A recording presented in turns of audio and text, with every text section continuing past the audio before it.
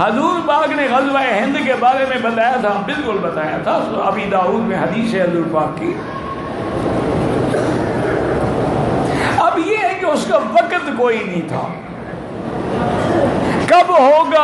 اب اتنے بڑے بڑے غزوے ہو چکے ہیں، آپ نے دیکھا نہیں کتنے عرصہ مسلمانوں نے حکومت کی ہے۔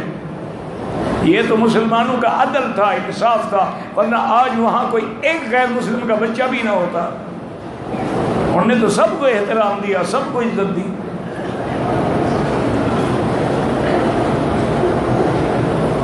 عطیہ سے اٹھتے وقت زمین پہ ہاتھ، اگر معذور ہیں زمین، ورنہ آپ گھٹنوں پہ ہاتھ رکھ کے کھڑے ہوں۔ عام دنوں میں زیادہ افضل سر پہ بال رکھنا ہے یا اس طرح پھروانا ہے؟